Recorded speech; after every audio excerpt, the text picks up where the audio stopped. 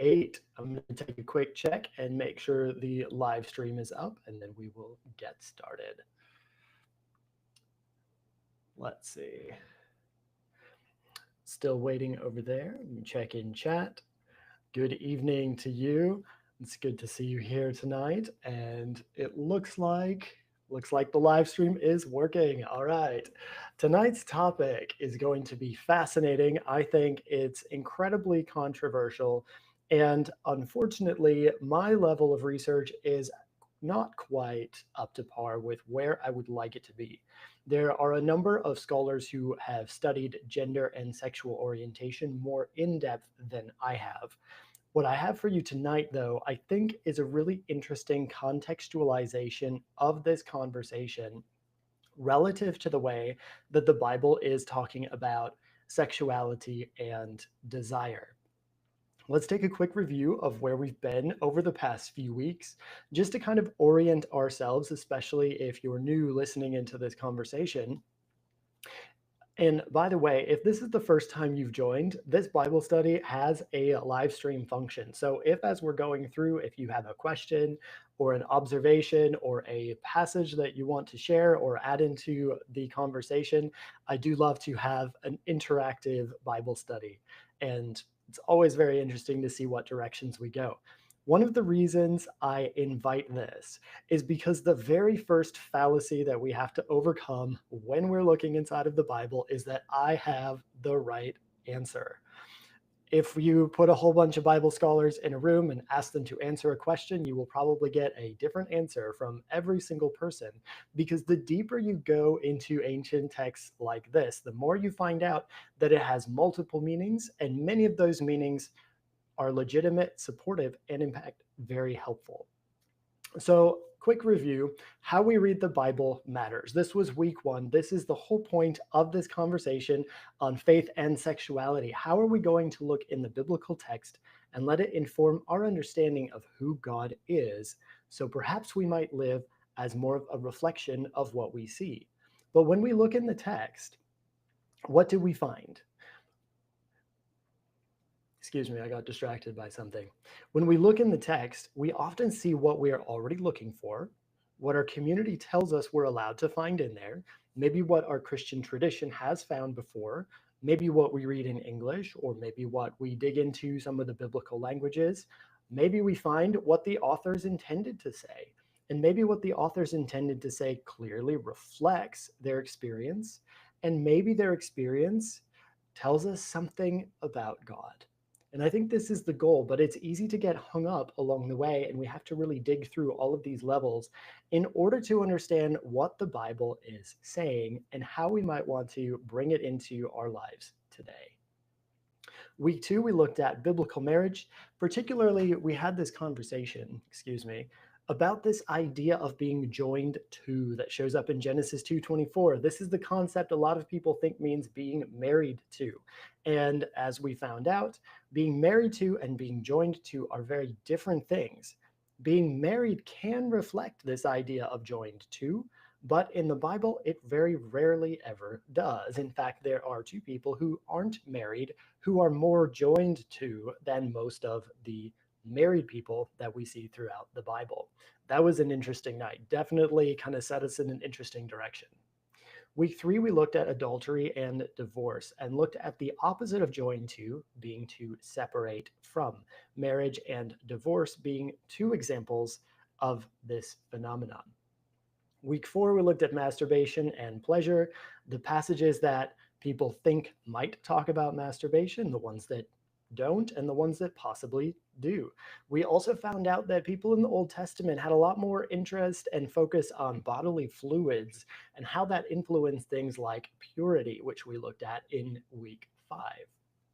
We took a look in week 5 at the body and how the body is not impure, but it can become impure by things that are done with it, to it, things that it is exposed to. But this idea of purity is different than the idea of sin, and it's really important for us to understand this distinction. And we'll come back around to this tonight when we start talking about the idea of what is an abomination. I love that word, by the way, just to digress. I chose to put that into the title because I think it's fun to say. I think that word is scary. I always thought the word abomination is the worst of all kinds of possible things. Like if you call something an abomination, that's as bad as it gets. We're going to find out tonight that abomination lives next to a whole bunch of other interesting words. And all of these words tell us something interesting about the phenomenon that they describe. But we'll get there in a little bit. Week 6, we started talking about this idea of nudity or nakedness as either vulnerability or purely a lack of clothes. And there's a difference in the word for naked that is used in the story of Adam and Eve. In the Garden of Eden, at first, they are naked without shame. In chapter 3, after eating the fruit of knowledge of good and evil, they are naked, but now they are afraid. The reason why they are afraid is a really important thing to look into, and it connects to this idea of fear of the Lord. And I think it also connects in with the idea of lust that we looked at last week. Because if you are in a state of vulnerability and somebody approaches you with love, with a desire to give, to build up, to grow, to edify, to borrow some wonderful Christianese, the vulnerability invites further openness. And in fact, it can even be an erotic experience. And on the other hand, if that person comes to you in your state of vulnerability and they want to take something from you, we will see an example of this in the book of Genesis, chapter 19. When the two men who are strangers visit a city, they are vulnerable travelers on a road. How that city chooses to welcome them makes all of the difference in how they experience that vulnerability. Is it an erotic invitation or is it a scary situation? And I think so many women could speak to this much better than I can about those who know how to respond to another person or to something beautiful or to something vulnerable in a way that creates a context of love instead of lust. We also looked at the idea of prostitution. We looked at that only in terms of the Old Testament terms. We will take a look at the New Testament Greek word for prostitution next week in our study of porneia, which is probably the week in our study that I am most excited about. It's going to be amazing. I got distracted studying for that one instead of for tonight, and I'm sorry. Tonight's still going to be good, by the way. I had some really cool stuff prepared.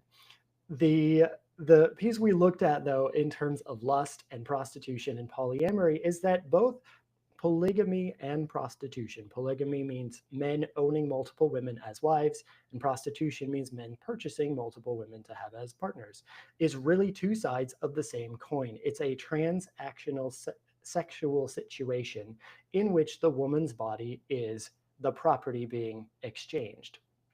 Now, because of the patriarchal cultural dynamic, the woman who is bought by one man for life has a higher social status, whereas the woman who is bought by many men for a shorter period of time generally has a lower social status, but as we found out in the Old Testament, not a status of sin. A woman who gives birth to a child, in fact, is the one who gets the status of sin. Ironically, isn't it? So interesting and so different than our modern conceptions of these terms. This is again what we will encounter tonight. Before we do, one last point off of week 7 that I thought was fascinating is that the conversation around sexuality and desire in the Greco-Roman context where the New Testament is being written, that conversation happened in terms of a word called eros. It comes down to us today in the form of the word erotic. So we kind of understand a little bit of what it means, but there was a lot more implications to eros in that day, both of power dynamics and of worshiping other gods. So the New Testament authors were kind of stuck when it came to talking about this term. They can't promote the worship of other gods or sexuality as being something good and beautiful without saying, oh, worship somebody other than God. And they also can't say eros is bad without saying sex is problematic. So what do? They completely reframe the conversation in terms of this idea of lust or the idea of brotherly love and agape love. And the choice is clear for the Christian which way they should go. It's not toward sex or away from sex. It is toward love or toward lust, toward being dominated by desire, which is what we will talk about next week. We will, however, see as we go into our discussion of homosexuality, and I need to give some big air quotes at this point, because homosexuality as a concept, as a sexual orientation, did not exist until the past 100 or so years. This is a new cultural phenomenon that we have where people identify themselves in terms of the kind of gender or body that they are attracted to. This is not the case back in the days of the New Testament or the Old Testament. And so even if you see the word homosexuality in the Old Testament or anywhere in the Bible, it is not referring to what we know of today as homosexuality. We will take some time to seek to understand what those passages might be referring to. And I will see if I can get together some resources to point you to toward people who have done even deeper dives into these passages than I have. So the reframe of sexuality in terms of love, giving, or desire, seeking to take. When we talk about this idea of patriarchy and female sexuality being the commodity that gets exchanged, the counterpart to this is that male status is another commodity that gets exchanged.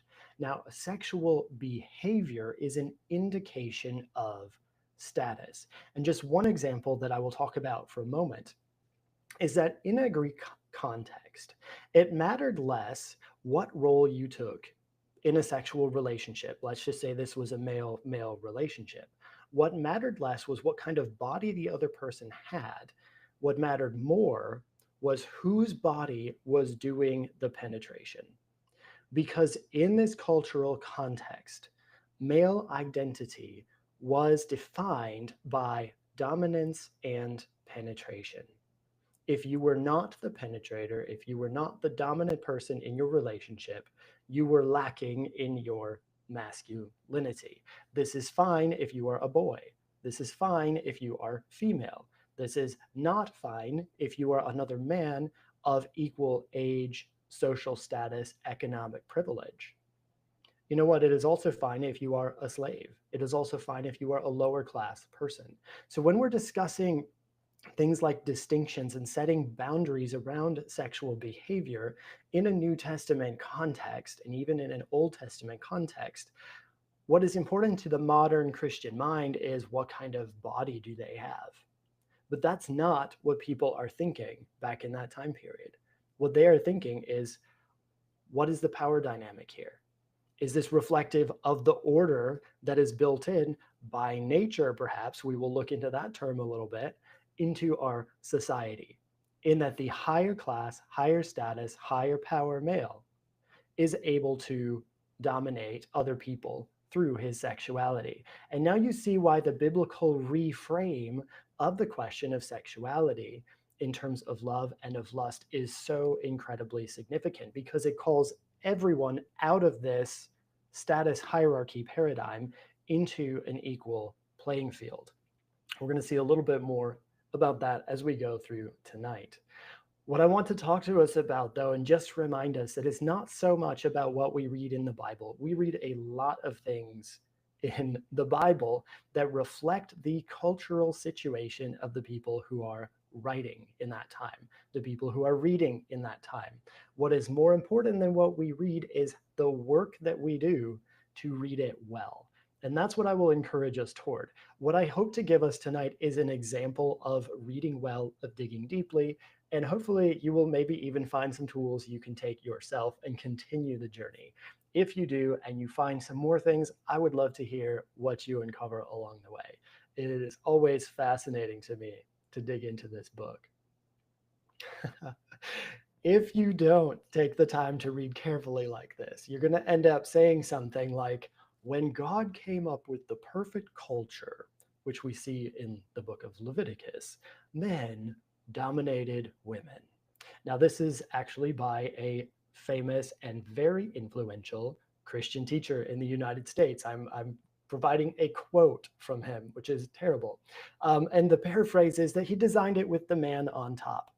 And if you've heard the story of Lilith, you understand a little bit what's built into that. Lilith is primarily a character we hear about in Second Temple literature, who was the first wife of Adam. the person we read about in Genesis. She, when they had sex, wanted to be on top, which is not acceptable in this paradigm dynamic. How can a woman be the penetrator when that completely emasculates the male partner? This thing cannot happen. Therefore, Lilith gets banished from the Garden of Eden, and God has to go ahead and create Eve, who is a wonderful, submissive wife who lets her husband rule over her, and she basically becomes a doormat. So this is the literature, this is Second Temple literature, and something coming from, and if you don't know that term, these are things that are being written right before the time of Christ. And this literature is often helpful for us in understanding the cultural context in which we actually get our scriptures, the teachings in the life of Jesus. How does it compare to the life of other people in that same time period? That kind of literature, these kinds of stories, like the story of Lilith, helps us to understand. So I hope by now you're getting this idea that in the Greco-Roman world of Jesus, and also we even have in the context of the Old Testament, manhood is defined by dominance. In Greek, also by rationality, and then again by sexual activity. That is the external expression of male dominance. And I think we maintain a whole lot of that same sort of pattern and paradigm of thinking in our own day. However, it only counts, sexual activity only counts toward your masculinity if you are the active or penetrative partner. The second thing is that the reason for sexuality, there are a number of reasons given, and I don't think I have this exact quote. It's by one of the Greek authors who is saying something about how we have wives for legitimate offspring. That's the point of sex with a wife, is you need to produce an heir who can inherit your things.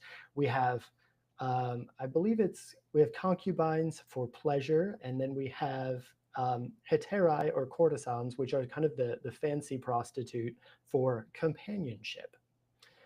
And there might have been a fourth category where they talk about pornos, which is why I have that quote somewhere. But there are different functions or different natural uses of the woman. And if you catch that phrase, you have already read Romans 1 and know a little bit about where we are going. There are multiple ways to have the natural use of a woman. Trouble is, there are always some males born into culture who challenge the stereotype. Some of them don't want to be penetrators. Some of them cannot produce errors. Those people who cannot produce errors, cannot have children, even if they have sex, are called eunuchs.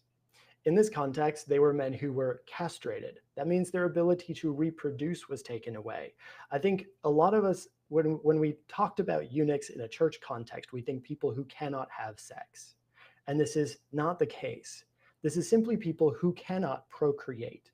And if you think about it this way, we have a story which we'll look at later about the Ethiopian eunuch. He was one of the early believers who was baptized. God sends Philip specifically to evangelize to him. This guy is in charge of the entire treasury of a nation. He is not able to have children. Why is that important? Because now he cannot steal the money from the nation to pass along to his family. This is a theme that repeats itself over and over again. We saw a similar story when we looked at Onan in our discussion of masturbation and how he was supposed to produce an heir on behalf of his brother. That would be passing along the family property to that child. He did not want to because the child would get more money than he did. Why? Because that child was the son of his older brother. So this was economic oppression of a woman that's taking place in the story of Onan, not masturbation. Another term that we'll look at tonight is the term malakos. This often shows up alongside a term that Paul coins called arsenokoites. And the term malakos, or malakoi, which is a plural term for it, it means soft, effeminate, delicate, and it has a connotation of morally weak or sexually passive. But the literal meaning of it tends to be more luxurious and decadent. These are a couple of people who challenge the cultural paradigm of what a male is supposed to be in this culture. Both eunuchs and malakoi challenge Roman masculinity in different ways. The Malakoi, by his behavior and his lifestyle, the eunuch, by his ability to reproduce and show his virility through offspring and children. He might choose to have sex for pleasure and that alone. What does that do to the system of the use of a woman is only for procreation, which is an idea that we get in the early church. So if I continue this study at some point, we'll probably have to dive into more how the early church began to evolve and to build on the practices that we see and the teachings that we see in the New Testament.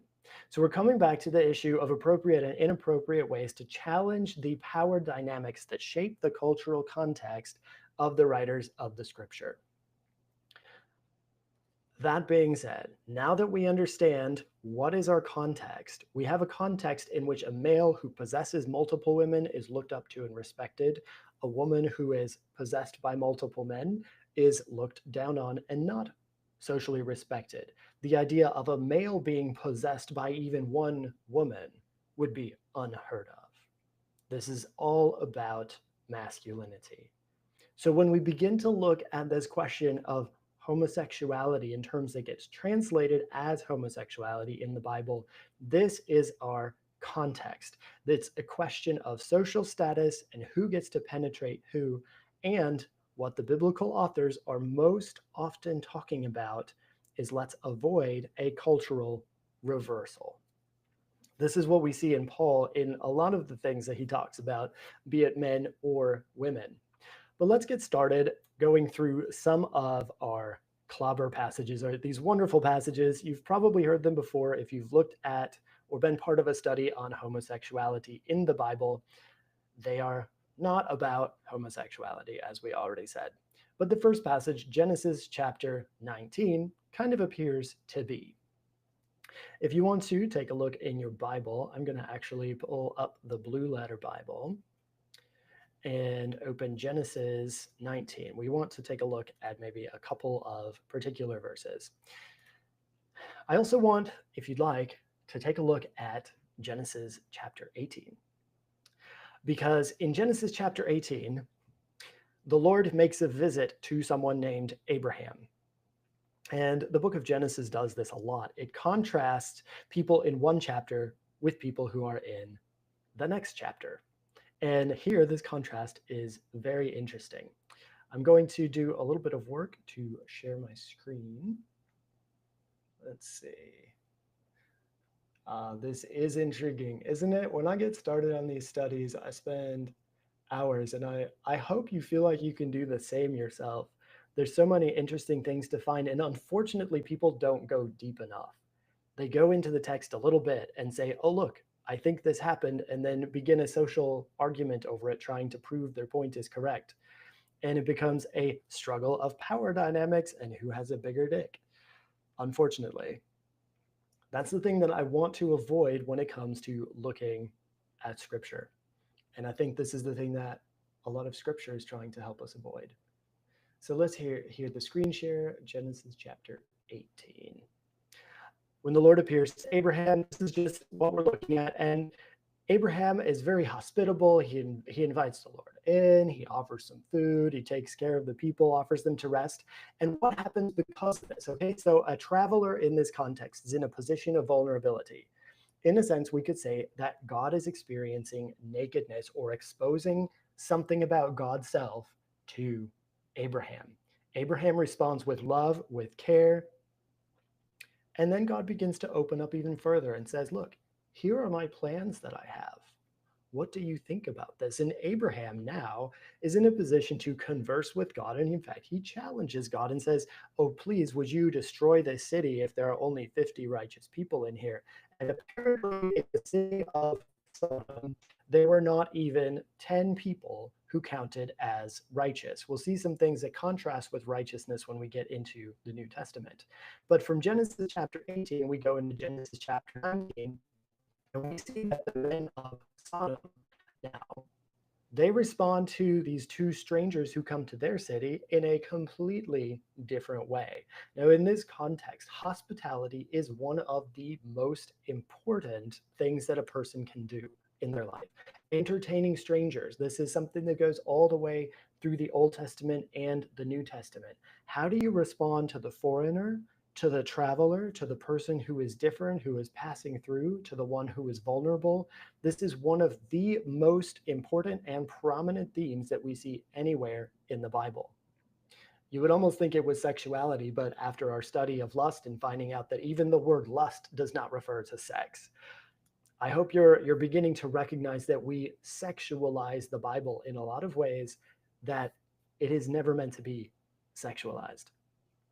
Now, here we have even this story of Sodom is one of those things that is not necessarily meant to be sexualized. It is because of the sexual behavior of the people, but what is in fact at issue, we find out later in the prophets. It is a lack of hospitality, and what we find out in the New Testament, that what these men do is in fact they pursue, we'll get there in a second when we take a look at the book of Jude. Look at this story though. So Lot greets the strangers, welcomes them into his house. Lot is being a good person. He is like Abraham, and in fact, he is related to Abraham. But the men of the city, by the way, when we talk about the men of the city, we're usually meaning the people who are in charge, the people who are powerful, the people who are the rulers. Like when you say the representatives of this town behave in this way, this is not necessarily saying every single person, but the men of the city are the ones who are supposed to represent the character, the foundation. This is what the city is like. These are the people who have power, the men of the city. That, I think, is what the term is drawing us to. They compass the house round, both old and young. And look, it says all the people from every quarter. So it looks like everyone showed up for this as well. They called to Lot, saying, "Where are the men who came in this night? Bring them out to us, that we may know them." This term for know, let's take a look at it. Come down here, that we may know. This term for yada is the same kind of knowing that Adam did with Eve right before they had a child. So there are sexual implications to this, but the word to know is not purely a sexual term. This word has to do with intimacy. And so we come back again to our question about what happens when you are a person in a state of vulnerability, and how does a person choose to respond to you in that state of vulnerability? How do you choose to respond to someone else in that state of vulnerability? When you come and say, "Oh, I desire to know this person," is that something that is going to be good and beneficial for them? Or, as is the case here, is this an attempt to know them, to establish intimacy by showing that you are powerful, that you are dominant, that you are in charge? And that is what is taking place here. Instead of serving these men as Abraham did, they want to know them. And because they purely jump straight to this, they don't, in fact, get to know these men. Violence ensues. But here's what Lot does. He offers this. And just so you understand how important hospitality is in this culture, Lot does not think twice about sending his two daughters out to the crowd to be known. So when we look at this passage and we say, "Oh, what terrible sexual behavior," we're really missing the point. We need to understand what is motivating this sexual activity. This is not about homosexuality and how these people shouldn't be desiring to have sex with people who have the same body as them. These people are here for violence, for dominance, and not for hospitality.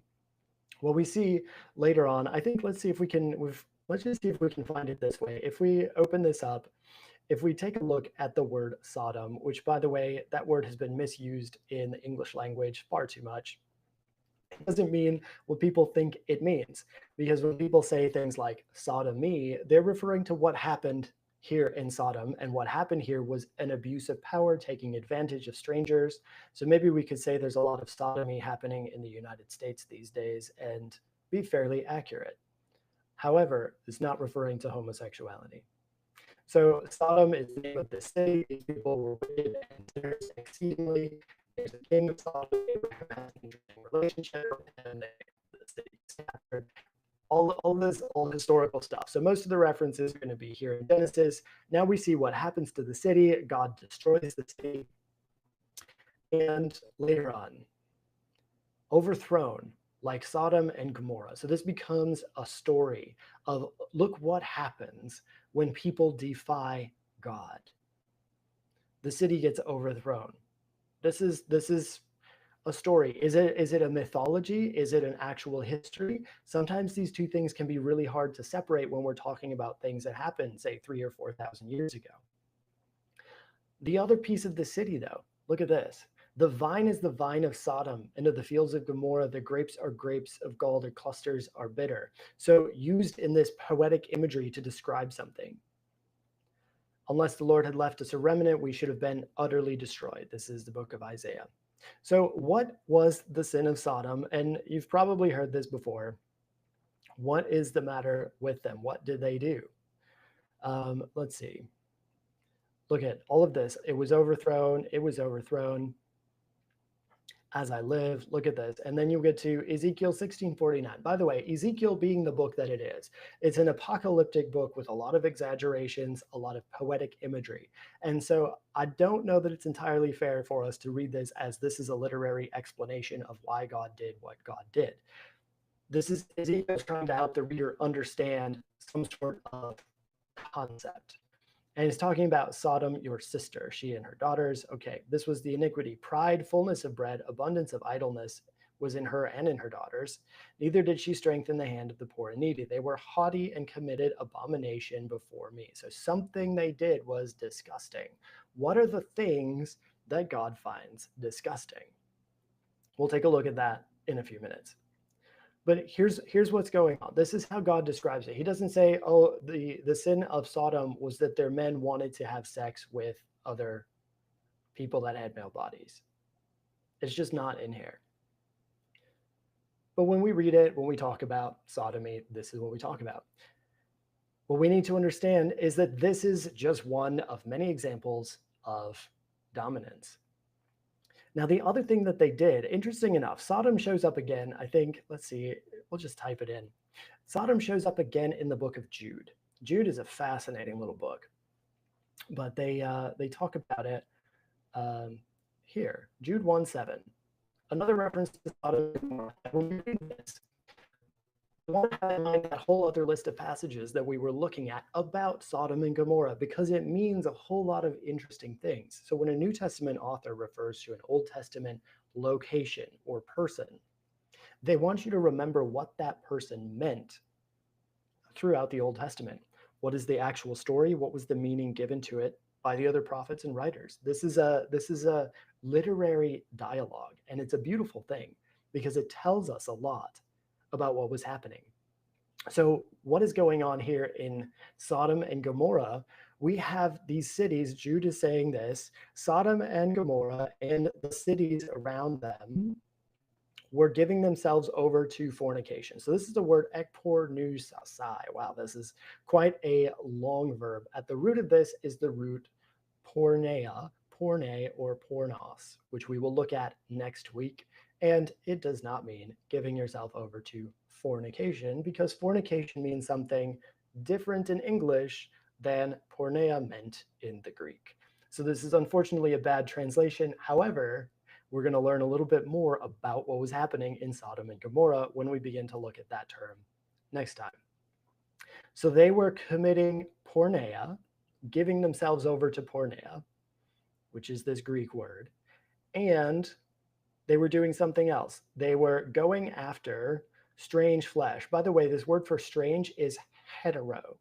So if Sodom and Gomorrah were doing something they weren't supposed to, it was because they were practicing heterosexuality. That is, in fact, the word. One would suspect it to be they were going after homo sarx, right? Especially if homosexuality is the sin of Sodom and Gomorrah. But even here in this Greek reference to Sodom and Gomorrah, it's not about homosexuality. I'm just basically trying to establish this. It's kind of the task of anybody who goes through a series of clobber passages, is to establish that, oh, look, this is actually not about what you have always heard it's about. Why? Because we didn't look deep enough into it. Why? Because we read the King James and it said fornication and homosexuality. Strange flesh. What a lot of people will interpret this as, because it's talking about different flesh. This is in fact not talking about different types of bodies. This is talking about legitimately different kinds of species going like cross intermingling. And this Jude has a lot of references to the book of Enoch.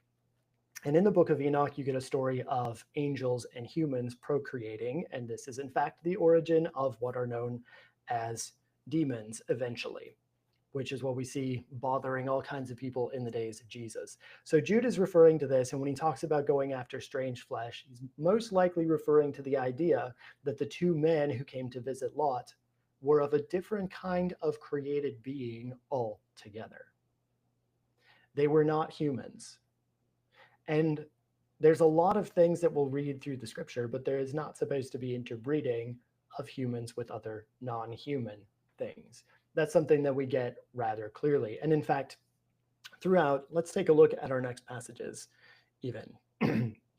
Let's take a look at Leviticus chapter 18, because Leviticus is where we get a lot of our rules about not mixing one kind of thing and another. And by the way, let's look at just the first 3 verses here of Leviticus 18. After the doings of the land of Egypt shall you not do, and after the doings. So this is for the word for the customs.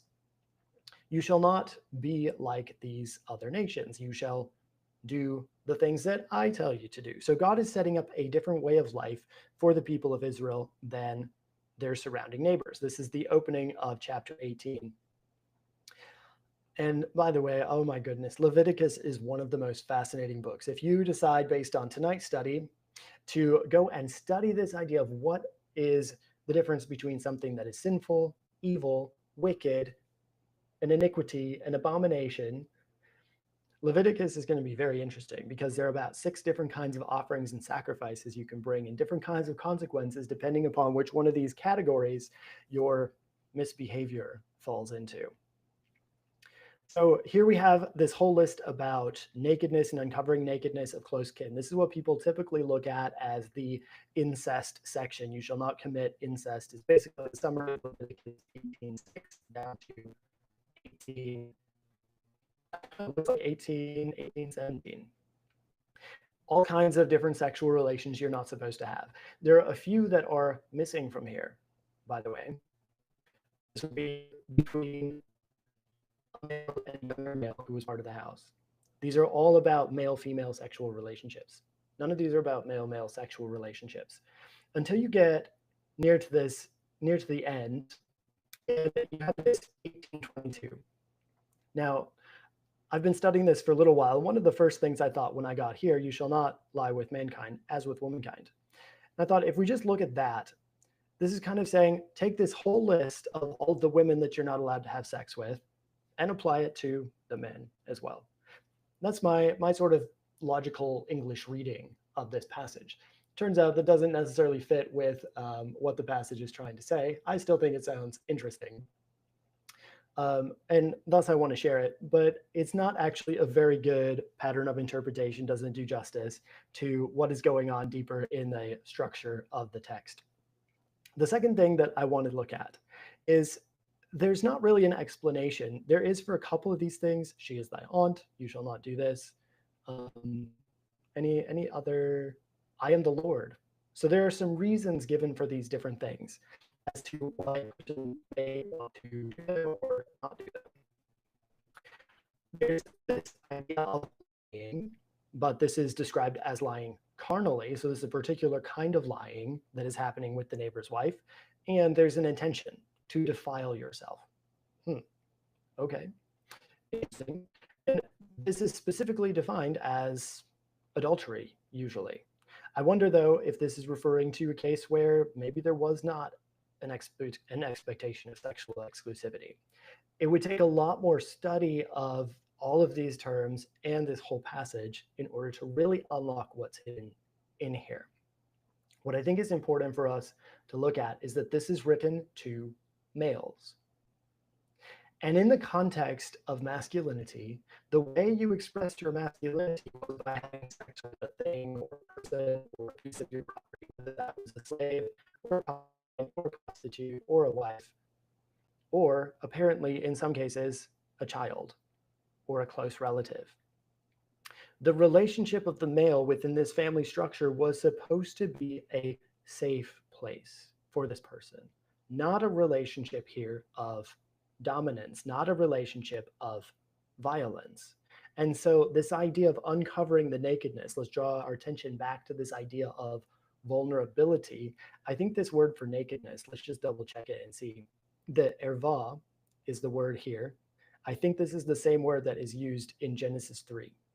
No, it's not. This one has more of a sexual connotation than the one used there. Genesis 3 had the vulnerability. This word for erva has a sexual connotation to it. So it's not just about not seeing these people naked, by the way. This is about the vulnerability of a person's sexuality and saying, you who have power in this dynamic, you who have the male body, it would be culturally acceptable for you to do these things, apparently, because this is the culture of the doings of the people of the land of Canaan. Which, again, we need to understand the rhetorical use of texts like this are sometimes to provide an excuse or sometimes more to provide a critique of what's happening by the other people than to provide guidance for the individuals themselves. It's supposed to say the other people do this, you're not like them, you're good people. And this is, in fact, how a lot of the sexual terms get used in the New Testament and in the early church. It's about making a distinction between yourself and the others. 1824, defile not yourselves in any of these things, for in all these the nations are defiled, which I cast out before you. So something about what these nations are doing is defiling. Now, this word defile has to do with ritual ineligibility. The land is defiled, ritually ineligible to host the presence of God. So this is interesting. And this is why, remember, we looked at this idea of unclean and defiled.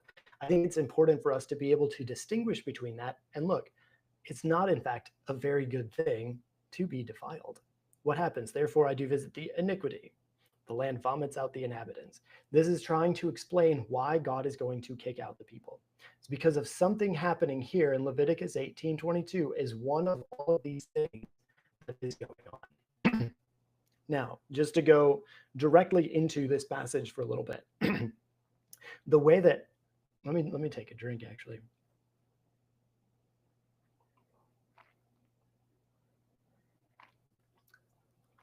There are two things that I want us to look at in here.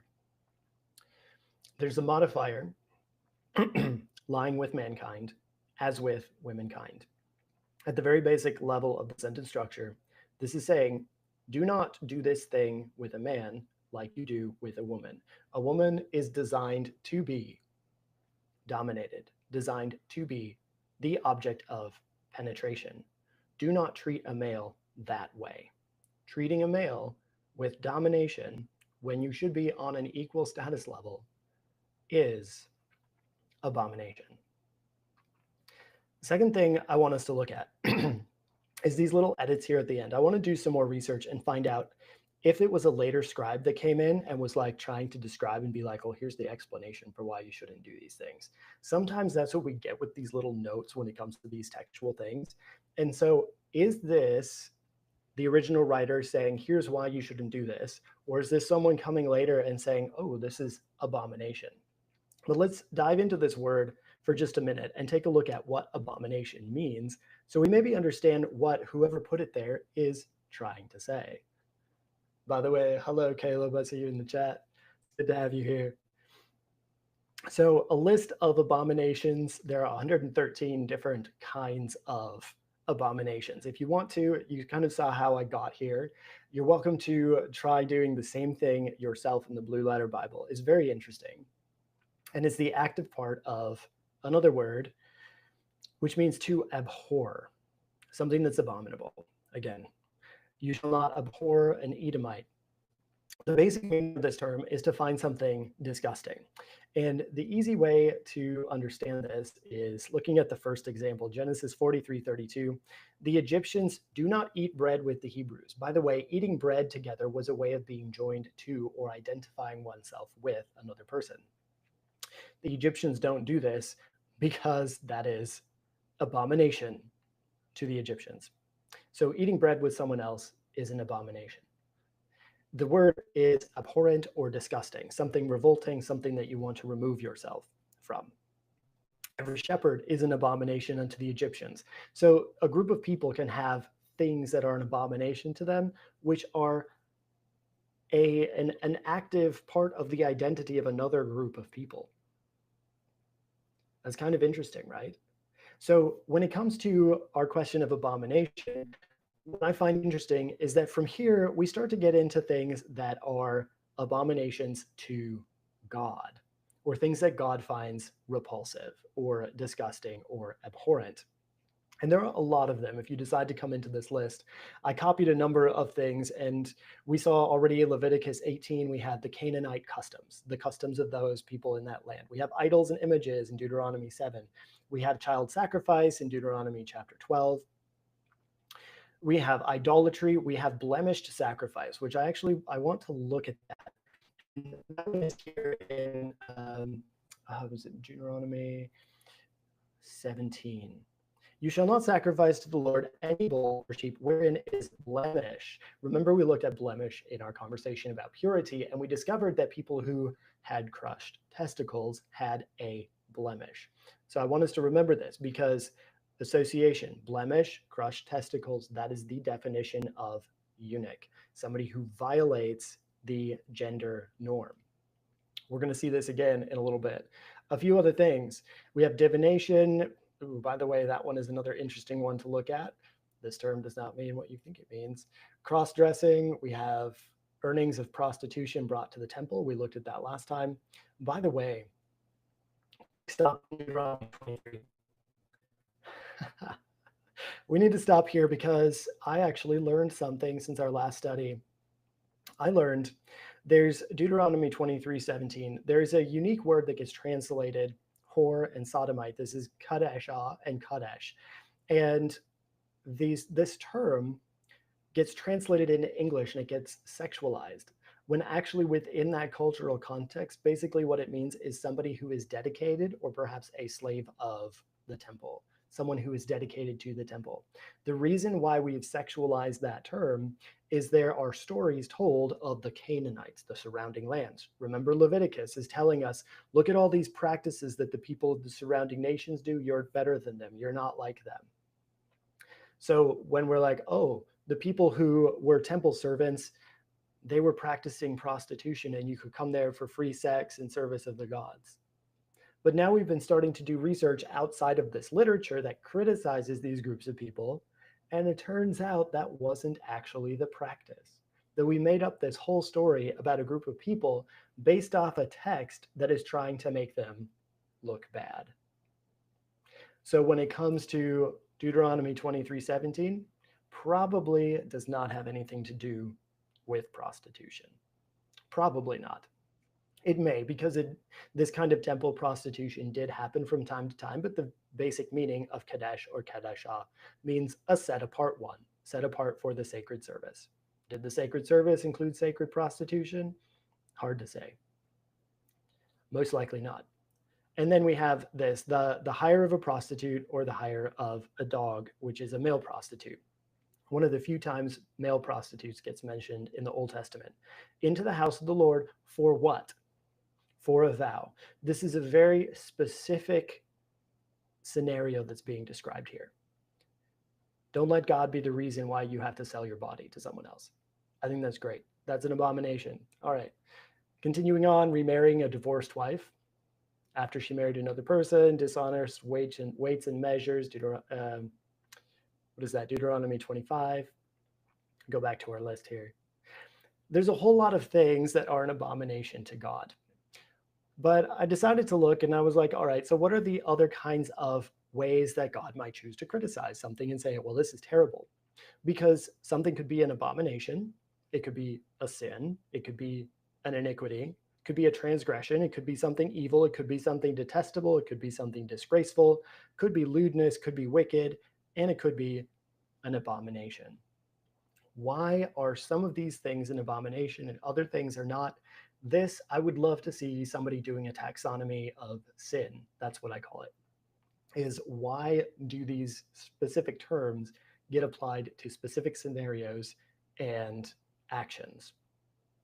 I really don't know. But let's take a look. There's one more passage in Leviticus. Leviticus chapter 20. And again, remember the context of Leviticus, written to the Levites. These are the people who are caring for the temple, for the house of God. Almost this whole thing is about sacrifices and ceremonies and robes and what is clean and what is unclean, what is pure and impure, which may explain why the comment of an abomination comes in, because it makes somebody impure when they do this kind of behavior. Let's see. 20 verse 13. Here's what happens. If a man lie with mankind as with a woman. So again, treating a male like a woman. This is violence in this culture. When you are attempting to dominate over another man, both of them have committed an abomination. That is one potential way of reading this. They shall be put to death. Their blood shall be upon them. So something happens. It's very interesting. The idea of blood and bodily fluids, that's another study in the Old Testament that's necessary to understanding what does it mean for their blood to be upon them instead of upon the people who put them to death.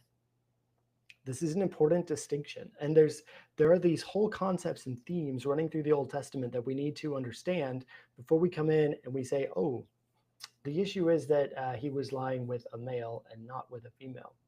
In part, this was true, but what made that an issue? Was it the body or was it the culture? Was it the status? So these are questions we need to ask. I think there are people with better answers to these questions than I have, but I just wanted us to observe this. Look, we now have here, this is not an abomination, this is wickedness. So interesting. Okay, their blood shall be. Anyway, I could get distracted in here for a long time, but we have this thing in Leviticus. These laws are tied to Israel's purity, their ability to host the presence of God. The second thing is these laws are directed to males who live within this cultural framework of honor and shame. And honor comes from how many who you penetrate. Still happens today. People who talk about biblical polygamy are still operating within this dynamic. The man who dies with the most wives wins.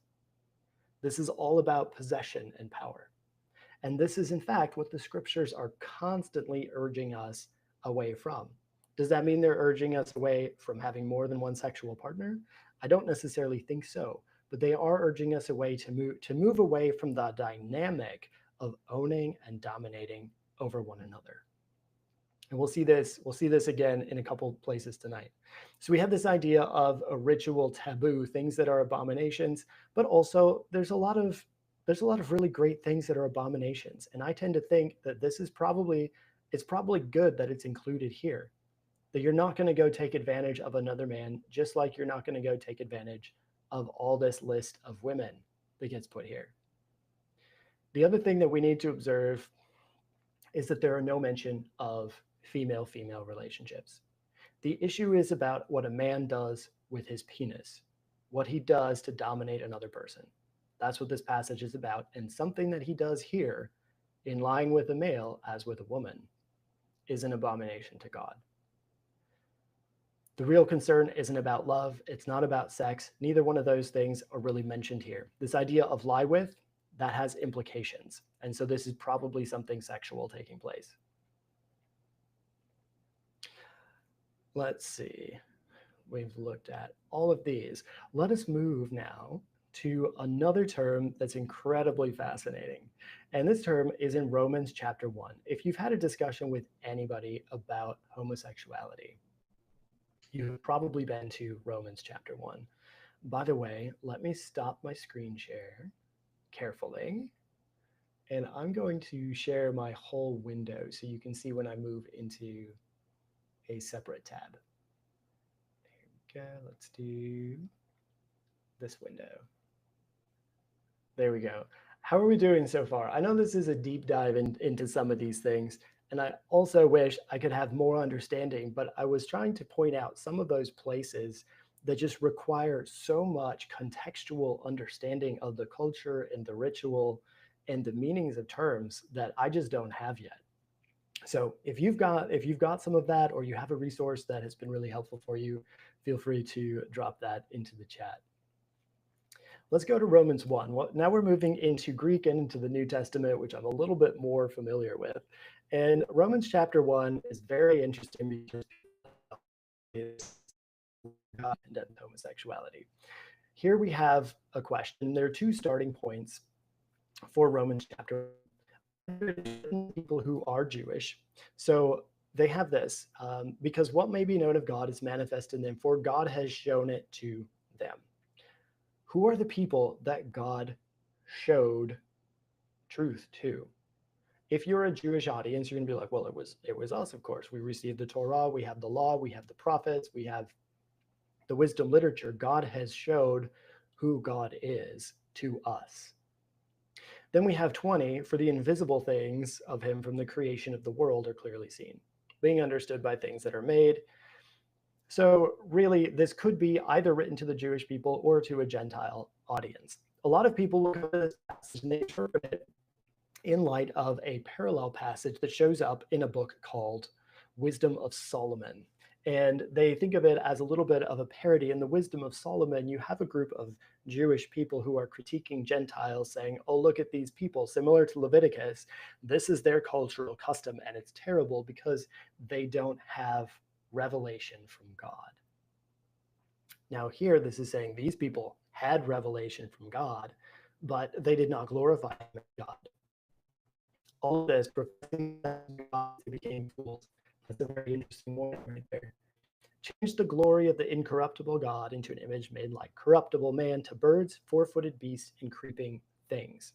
So the glory of the uncorruptible God is seen in the human body, as we learned in a couple of weeks ago.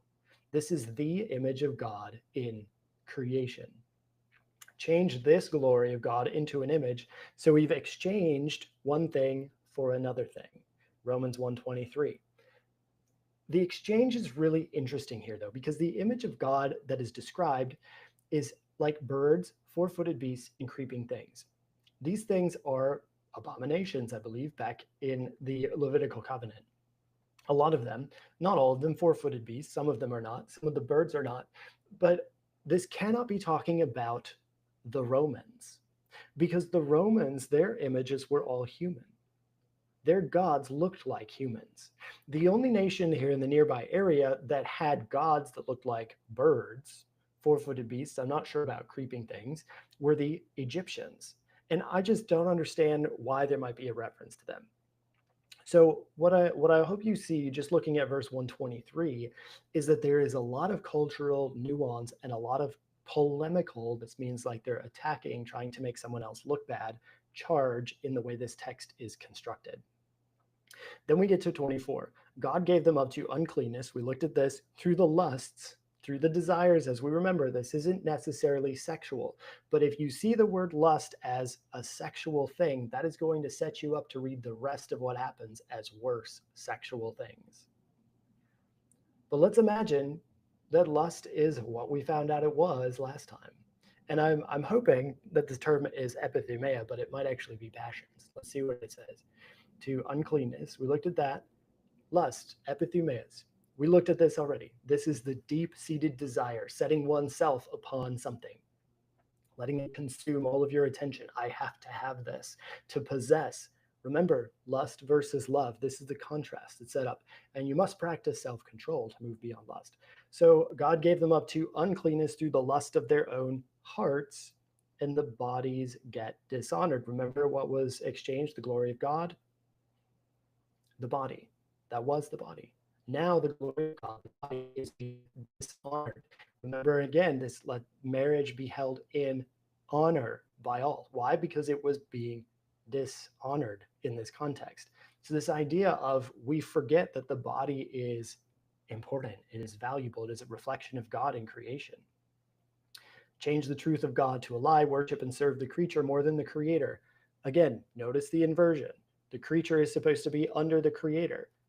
And then remember, in this cultural paradigm, the woman is supposed to be under the man. We're talking about patriarchy again in this cultural evolution.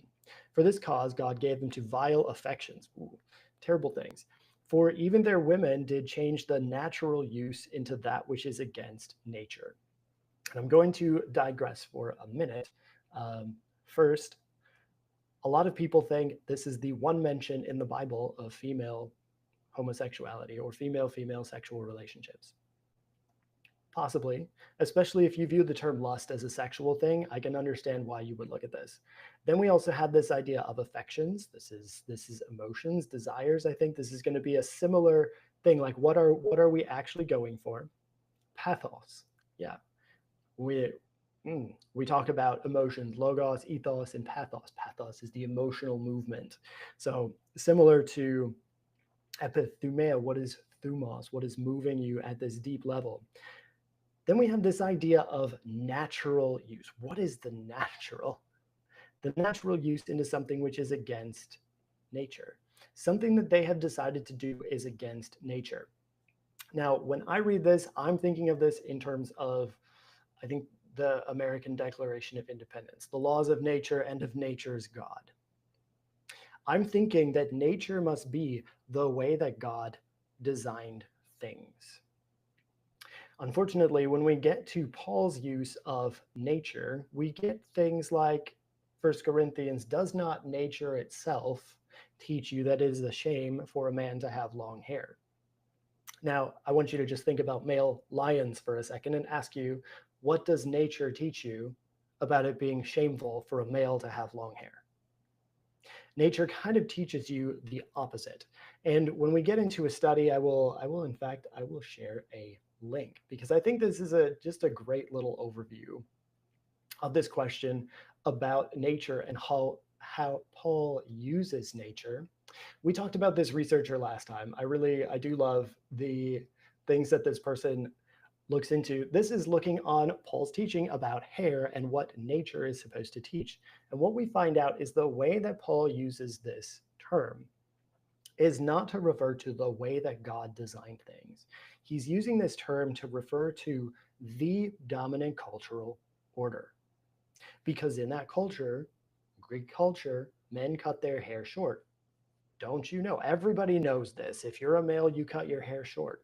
This is what nature teaches us. So something about women, they're defying that cultural order. This is a movement from order to chaos. And in fact, you see this movement from the start to finish of this passage is a movement from order to chaos. The women are doing it first. Very interesting. Reminds you of the story of Genesis 3 in the Garden of Eden. Likewise, also the men. Leaving the natural use of the woman, burned in their lust one toward another. Now, if you were reading this, what would you guess this word lust is? Anyone think epithumia? You know, if you've only ever heard this passage used to say homosexuality is a sin, what you read is leaving the natural use of the women, men became homosexuals. If we literally look at what these passages are talking about, we have not yet encountered anything that is specifically telling us there is anything to do with sex going on in these verses. Even when we get to the word that gets translated here as lust, it is a beautiful and fascinating word. Leaving the natural use, again, I'm like, we've already looked at the cultural uses of women for procreation, for pleasure, for companionship. Now they are turning to men for perhaps for procreation, perhaps for pleasure, perhaps for companionship. Very interesting. Is this saying you're not supposed to be friends with people who have the same body as you? I think that's not the case. And when we're talking about nature, again, we're trying to drop ourselves into this dominant cultural order where the male is the penetrator. And so when we're talking male, female, there is something about no longer dominating women, which I tend to think is actually quite a good thing. So, what is Paul getting at? Like, what is happening here? And you have this thing burning. This burning is not a positive thing. You get burned by having too strong of a desire. Burned in their orexe. Very interesting, right? Orexis. Reminds me of Latin, kind of reminds me of the word king. But let's click into this and see where else it shows up. This is, in fact, the only time that this word shows up anywhere in the New Testament, anywhere in the Bible. And in fact, this word is quite rare throughout the Greek language as well. The word is actually related. We have a term that's similar to it in English, which is related. It's called anorexia, orexis, orexia. An has to do with the opposite, and orexia has to do with appetite. So anorexia means you do not have an appetite or a desire for something. The root of this is the word orego. Let's see what this means. If a man, so it has to do with desire, has to do with this translated as desire or covet and desire. But the Greek the meaning of to reach out towards something, to grasp after something. And as I was reading through this and finding this, I thought this is again parallel language to Genesis 3, where your desire will be for this grasping for. Now, that is, I think, a misreading of Genesis 3 in the English language, but in the English translation, there seems to be a parallel. So instead of grasping for the woman as they should have been doing, they're now grasping for other men. This is problematic because now instead of dominating over women, perhaps this is men seeking to dominate over one another. But we get tripped up here because we get to this phrase men with men, and we say when somebody is with someone, we mean that they're dating, right? This is what our English language means. So maybe this will confirm for us that the way these men are relating to one another, this orexis, by the way, is something sexual. Maybe we'll find that out.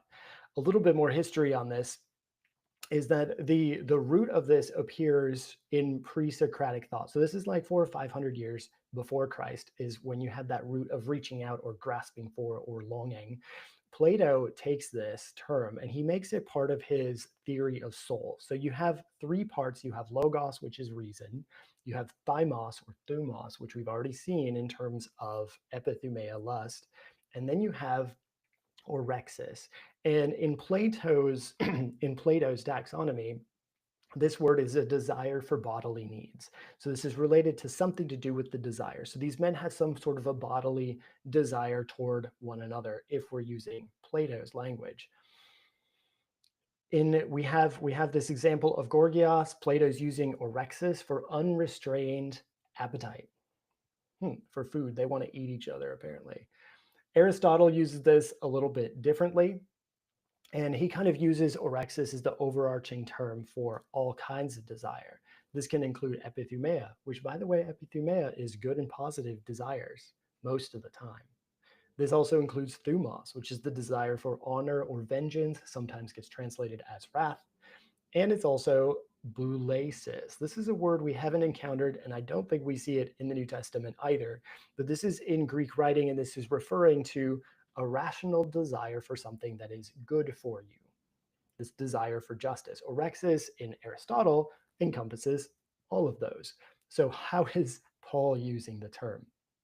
Well, we have one more group of people that come between Plato, Aristotle, and Paul, and that is the Stoics. They talk about orexis as a movement of the soul toward what appears to be good. Not what you were expecting, is it? Quite interesting. They make a distinction between natural desires and passion. What the Stoics are interested in, and we see this a lot in Christianity, is with directing your desire in a healthy way. And apparently, what Paul sees in Romans chapter 1 is that desire is being directed in a way that it should not be. Desire should be directed toward the woman instead of toward the man. Why? Because you're a male. If your desire is directed toward a male, you are now acting like a woman. Shouldn't be happening. You're not allowed to be like a woman. You have a particular role you are supposed to fill. These are the potential historical context we can give to this word. And so now we get to Romans 1:27, and men are burning in their orexis, their desire, maybe for something good, maybe for something not. Why do we think that this means sexual craving, though? Where do we get this notion that what Romans 1:27 is talking about is sexual craving? It must be from this phrase, men with men. I'm being a little facetious and sarcastic because I'm frustrated when people read our modern thinking and our English language translations into the meaning, and we begin to sexualize something that maybe is meant to teach us a little bit more about human relationships than who we are and are not supposed to be having sex with. So we've looked at all these possible uses. We have no other use in the New Testament. We really don't have this term used very often anywhere. So something about this desire. When we look at this idea of men with men, this is a problem because the men were supposed to be with women. So what does this word men with men mean? It obviously means they're dating other men, right? If Paul was writing in English, yes. Unfortunately, he was not. And there are a number of Greek words that can be used to describe a sexual relationship between one man and another. One of those words is syngenomai. This is similar to what we saw to know. That means to be sexually involved. We could have sunusia. Ooh. We could have erasthenai, to desire romantically. It's not in there. What about androgynos? Now, this is gender mixing more. So in English, we say they're together, she's with him, he's with him, and we mean a relational claim. But that is not what it is in this particular kind of word. It is simply that something is happening between these men that shouldn't be there. It should be happening between women.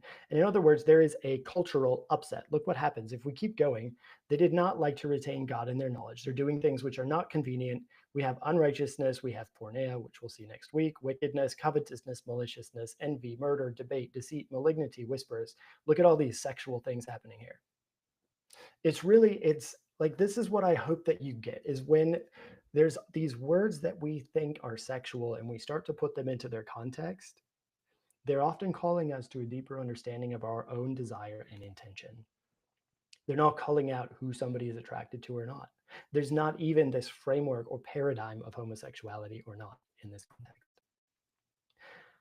So for the sake of time, let us continue moving on. We have two more terms which we need to get through and then our conclusion. And I don't think I will take as long on these. These are a little bit more simple to look at. We have the term, you know what, let's look at arsenokoites first. That one's another interesting one. Arsenokoites is a word that Paul made up. It doesn't exist anywhere else. The only place we can see what it might possibly mean is in the New Testament, and one of the places it shows up is 1 Corinthians 6. This is one of the most interesting passages to me. I spend all the time here. Do not know the unrighteous will not inherit the kingdom of God. Do not be deceived. Neither pornos, by the way, it's not fornicators. We could call this idolaters nor idolaters, but these are two somewhat related things. Nor adulterers, nor effeminate, nor abusers of themselves with mankind. I'm looking for this term. We have to go into the Greek to find it, because this particular term, malakos, malakos shows up with arsenokoites. But arsenokoites, it shows up only twice, and it shows up in these lists of things that are contrary to sound doctrine and will not inherit the kingdom of God. So something about all of these things do not have to do with the kingdom of God, and Paul made up the word. So if he made up the word, what did he make it up with? We can see here in our Bible study tool that it's made up of two separate words. One of these words, arain, probably from iro, is male, male and female, fourth a man child. So this is a person from iro, to take up, to take away, to take. Very interesting. To be raised up. Kind of interesting how that is the signifier for a male, isn't it? Then we move into koite, which is a term for bed.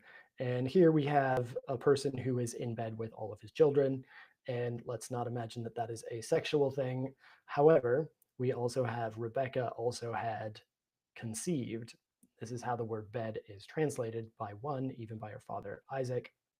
So there is a sexual connotation to this. Chambering could mean lying in bed all day, could mean making love all day. I'm not exactly sure. Could potentially have both of those meanings. But the term is not in bed.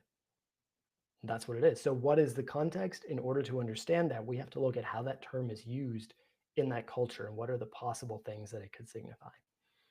Hebrews chapter 13, the bed that we talked about there was a koite. Now, before we go too far, I want you to know that there is another term for bed in Greek that means sickness or being in a sick bed.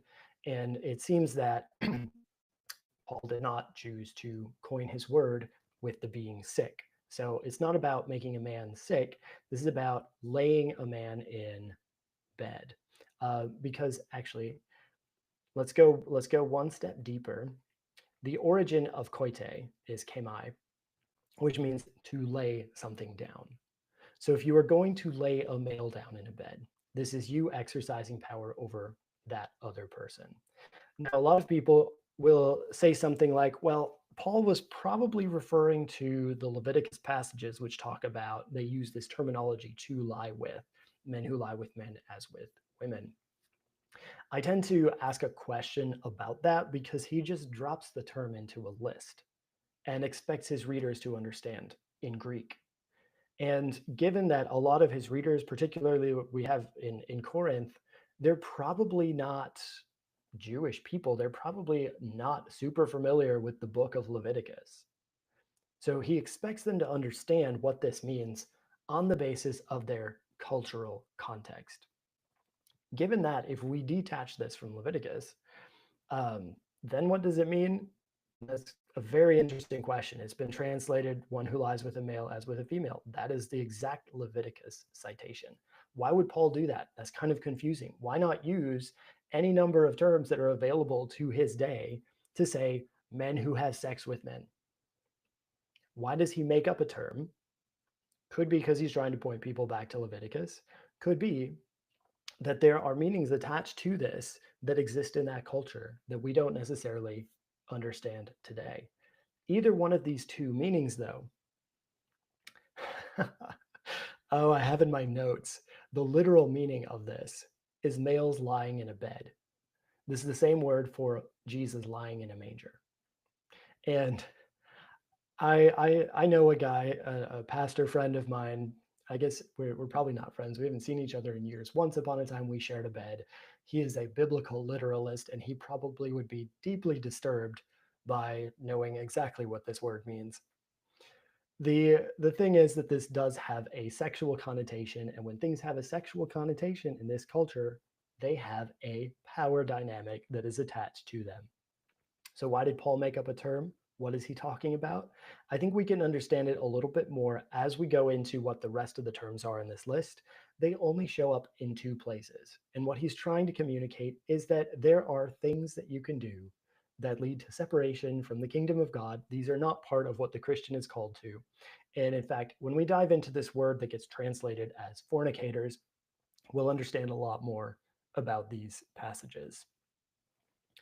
The word that shows up alongside arsenokoitai, and by the way, arsenokoitai in later literature, this is the other way to understand what something means.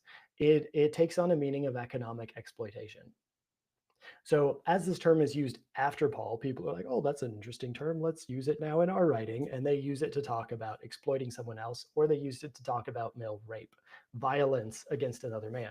So again, kind of a similar meaning if we're making the link back to Leviticus with arsenokoites, and if arsenokoites is used in the later literature to mean sexual violence, then we might assume that Leviticus is talking about sexual violence. You kind of see how we have all these three reference points as we're moving through scripture and through literature, helping us to understand, well, what were they talking about? Sexual violence, in some way, it's not exactly clear what it is, but it's violence of a male toward a male.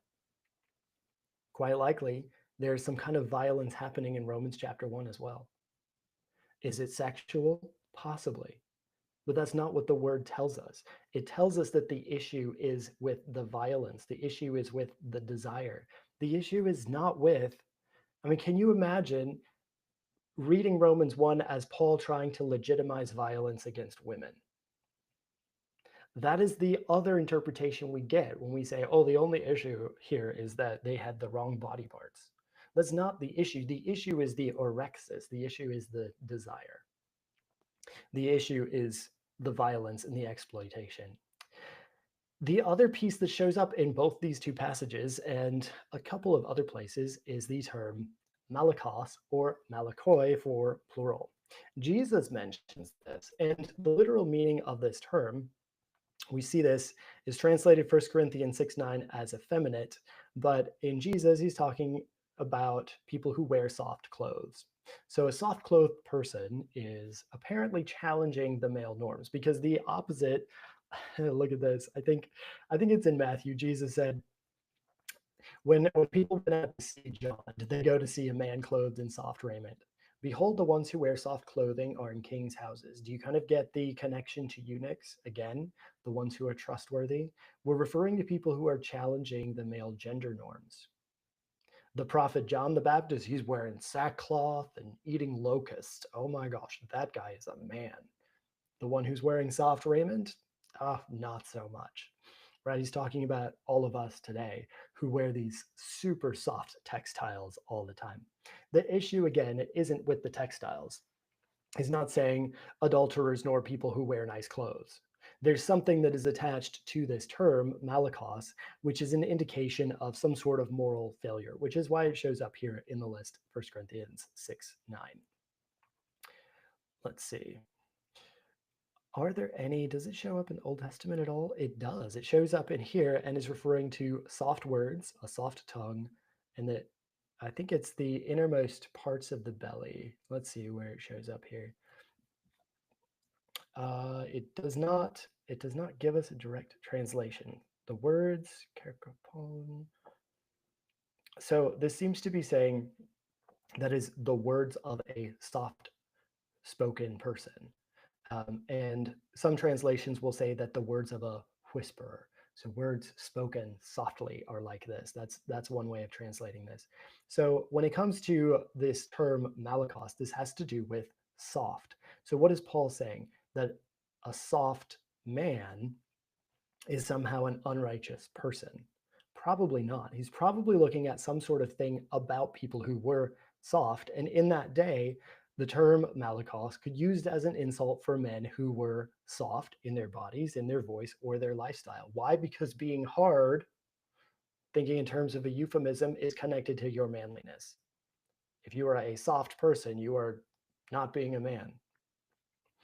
And there are then other nasty things that get piled onto this, like overindulgence in luxury, lack of self-control, feminine mannerisms. You're not being like a man. Why? You're soft. You're probably not a man at all.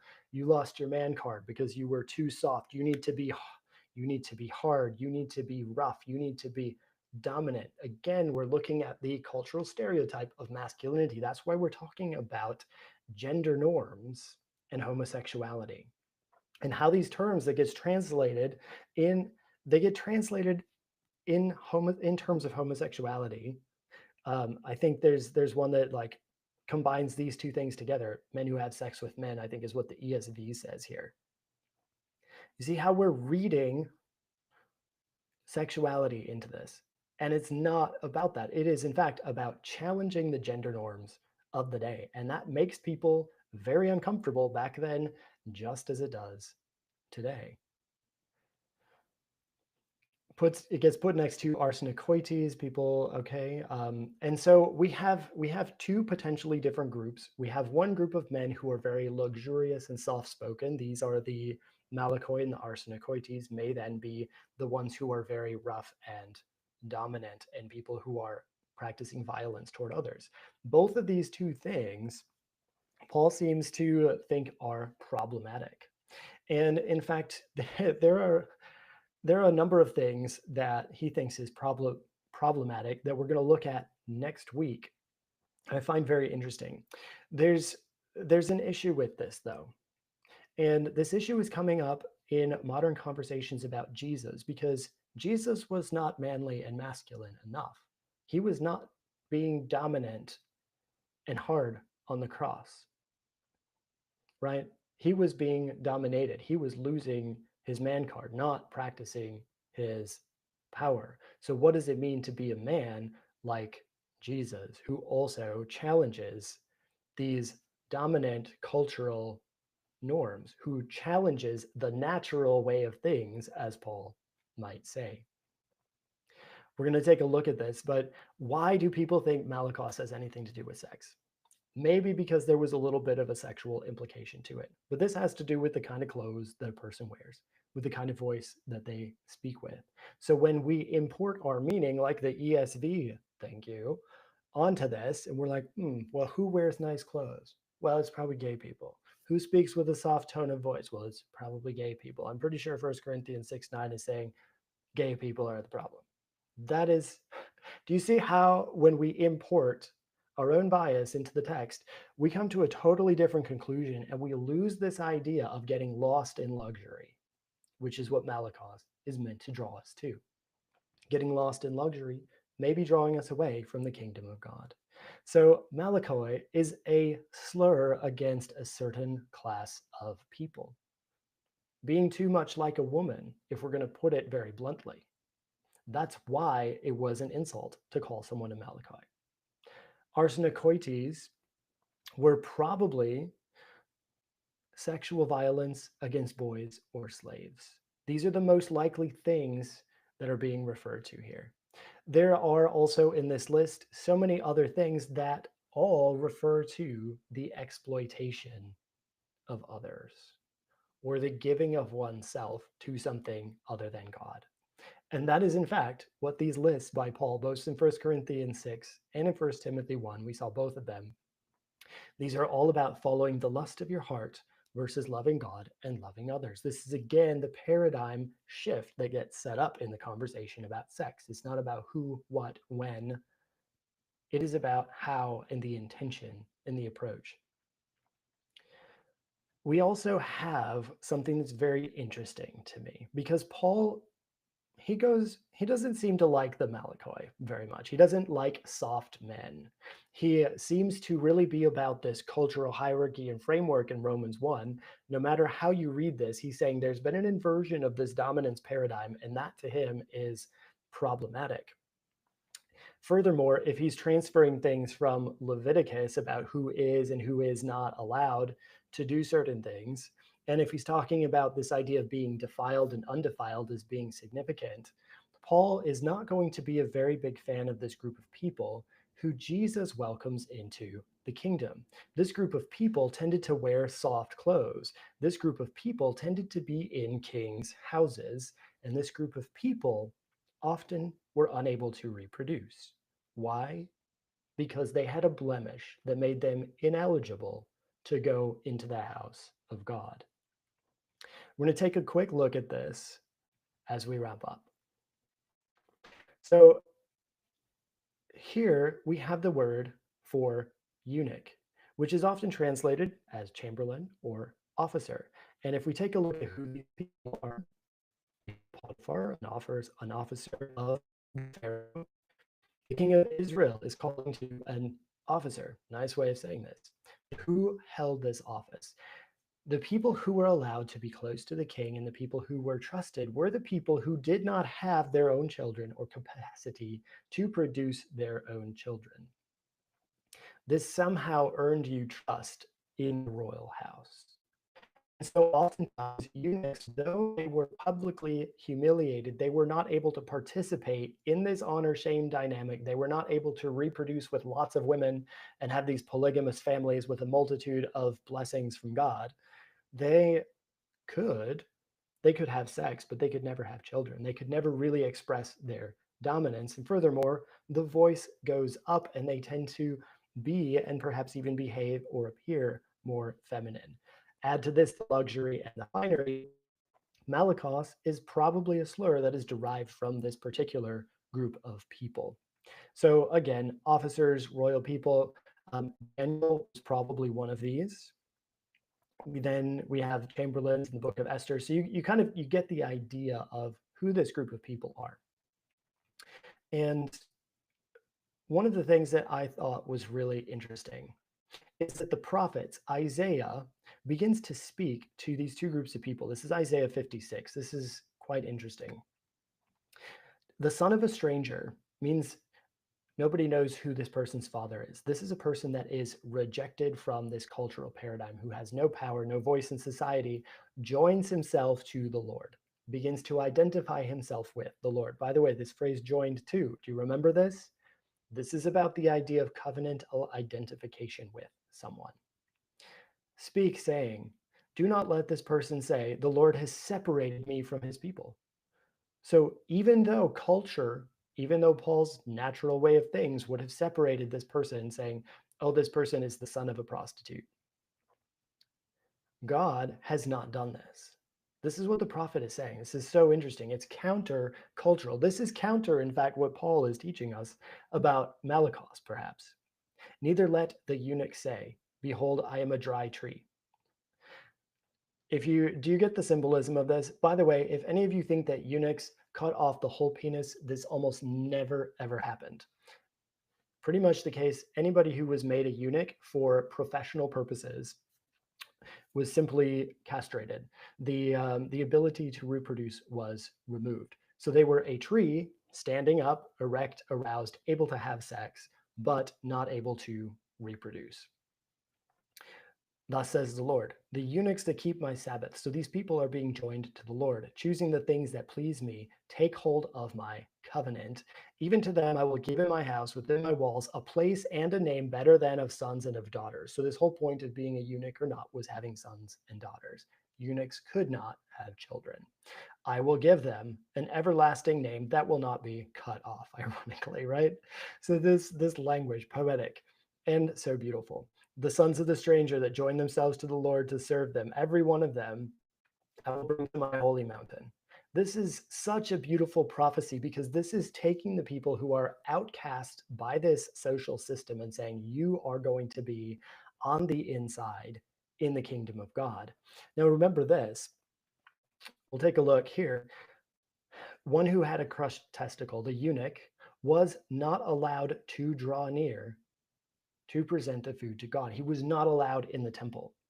So from the book of Leviticus, which is reinforcing this who's in, who's out, this paradigm of strength, still saying don't do violence against men, but it is excluding eunuchs. Now in the book of Isaiah, we're saying, oh, actually, God is going to bless these people. These ones who are excluded from society are now being called in. And let's go even further because Jesus begins to talk about eunuchs. Let's open this up in the Greek. There are some eunuchs who were so born from their mother's womb. There are some eunuchs which were made of men, and there be eunuchs which have made themselves eunuchs for the kingdom of heaven's sake. Now, this is taken. They're unable to have children. This doesn't mean they're not able to have sex. I think this is it's such an important distinction to be made because a lot of people will say, well, this is what it means. And it's, in fact, historically inaccurate to think of it that way. However, the way that this gets taken by some of the early church is very interesting because people will say, well, I'm not going to make myself a eunuch, but I won't reproduce. I won't have children. And so they go through the same kind of practice. And instead of having physical children, they're having spiritual children. There is practices in all kinds of religious traditions, which are called sublimation, teaching a male how to choose when he has an emission of semen, which is the way that reproduction happens. And so I imagine these things are woven in there in a very deep level, not really talking about it because it's not incredibly important and it's never explicitly mentioned, but it's something that's an interesting parallel. We also have Acts chapter 8. The book of Acts is profound and fascinating, and here's why. It is because the book of Acts is bringing everyone into the kingdom of God that was excluded. Whether it was Jesus, I think it was the book of Matthew who was saying the prostitutes and tax collectors are going into the kingdom before you. Whether it's the book of Acts, who is now the Holy Spirit is coming upon a Gentile who was the worst of the worst outsiders. The publicans and the sinners that Jesus referred to, that term for sinners is describing people who were not Jews. Anyone who was not Jewish could not be part of what God was doing here in this story until the book of Acts. Even Jesus says himself, I think it's John 8, he says, I was sent only to the lost sheep of the house of Israel. And he refused to heal the daughter of a woman who was not Israelite. It's fascinating. So we have this restriction of God working with only this group of people, but the prophet Isaiah and the book of Acts are telling us this. And we have a whole story in the book of Acts about a eunuch from Ethiopia who is converted and who is baptized. So these who were formerly rejected from the house of God are now being baptized. They're being welcomed in. What we had this complete inversion and reversal of the story of exclusion that is taking place throughout the rest of the text.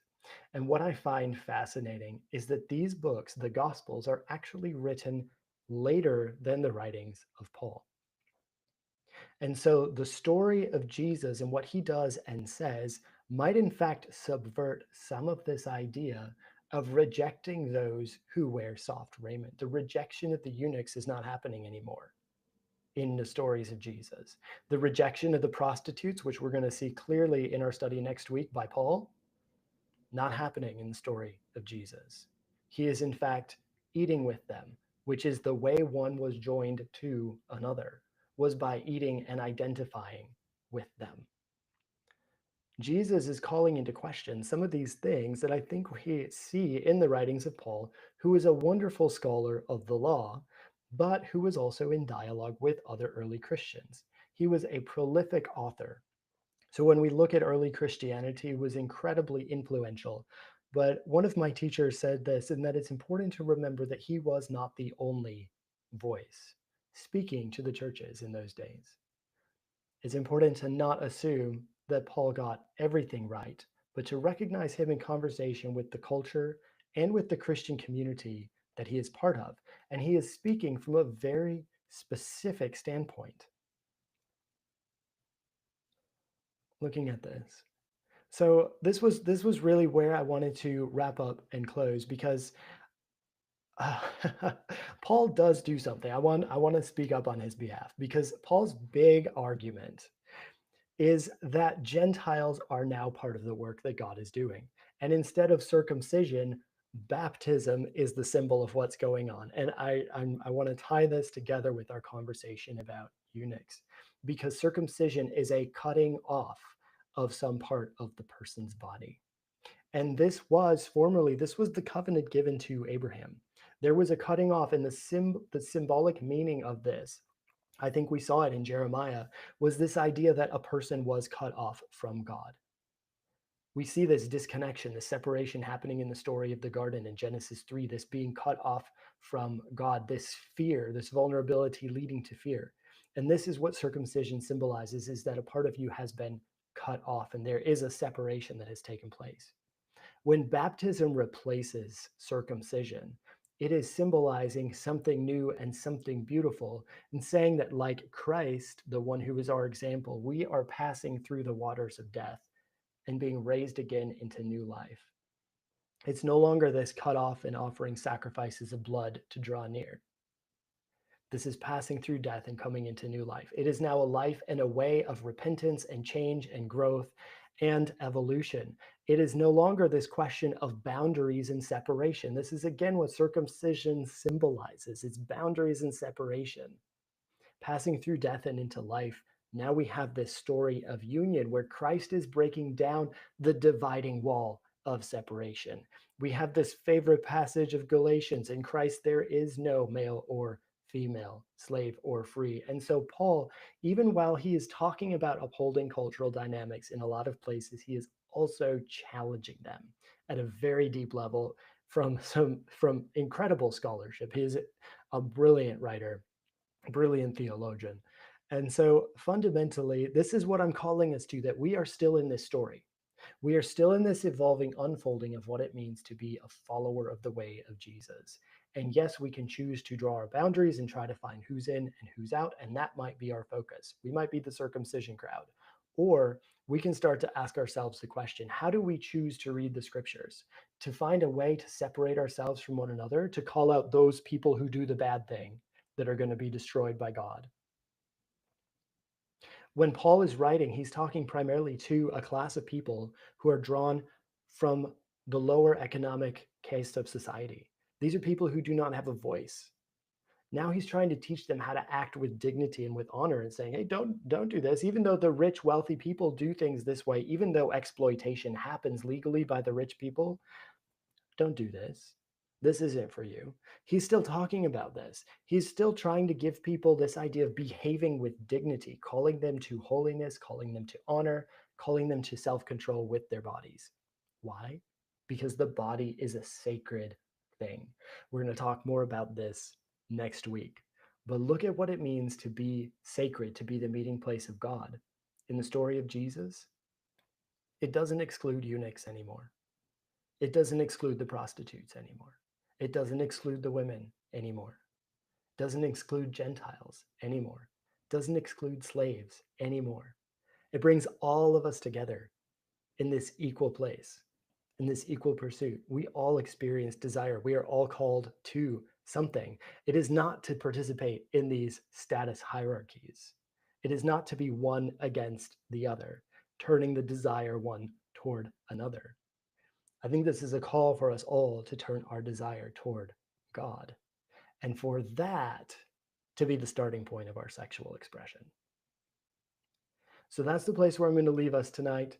Next week is going to be fascinating. We're going to dive into the term translated as fornication or sexual immorality and find out, what does it really mean? Oh my goodness, we are in for it. It's going to be amazing. Unfortunately, I think it might go a little bit long. I've been working on it for a while, so possibly not. We'll see.